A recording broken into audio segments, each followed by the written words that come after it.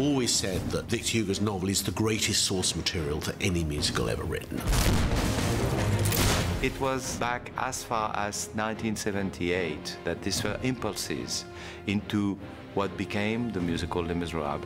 I had just produced a revival of the original production of Oliver, and Alain came to see it, and it was as the Artful Dodger was singing Consider Yourself that suddenly Gavroche popped into his head. I called Michel and I said, what do you think, Les Misérables, for our next musical? And he said, we start work tomorrow morning. And they brought to my office the concept album that Alain and Claude Michel had recorded in France, and I was so excited. Cameron told us, you don't realize what you have written. This may speak to the world. And what I really wanted to do was rebuild it in a way that I would do a normal musical. And I wanted them to be part of that process.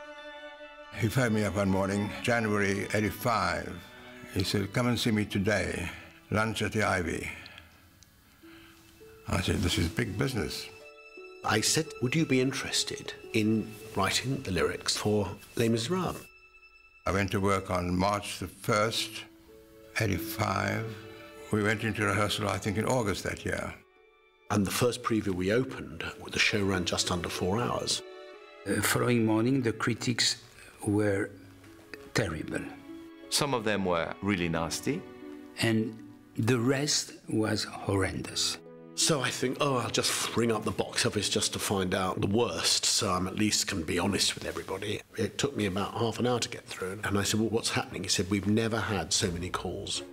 But the box office manager said there was a line stretching right around the block for about 100 yards.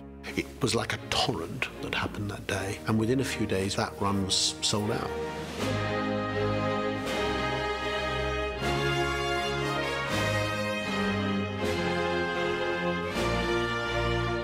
After the 25th anniversary, which I did a great concert at the O2, I decided to celebrate 25 years of Les Misérables with a brand new production. And it's doing extraordinary business. I mean, I can confidently say it's likely to be there for at least another decade.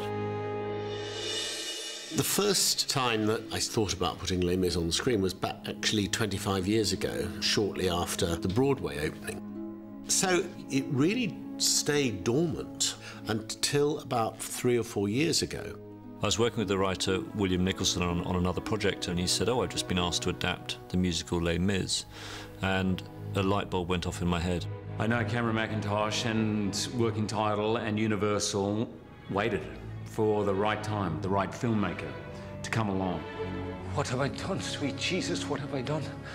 Become a thief in the night, become a dog on the run. From the very, very beginning, what excited me about doing Les Misérables was doing it live. Turn your heart into stone. There's something about what an actor does live on the day that whether you pre-record it or post-record it is never quite the same. This is all I have lived for. This is all I have known. Tom realised that when an actor is singing live, they're actually emoting as they would on stage. I dreamed a dream in time gone by. And indeed, that for me was always the key. Hope was high. Worth living. Sometimes I feel like that night at Oliver, watching this musical, which I love, I mean, it makes me feel like, you never know, man. Did I receive a signal from someone? I don't really believe in any of that. One day more, another day, another destiny. We were just rehearsing the death of Jean Valjean with you, with Hathaway. And I said, but my God, I'm a simple kid coming from Hungarian immigration, born in the west of France. What I'm doing here with all those stars. One day more to revolution. The family of Les Misérables are its greatest strength.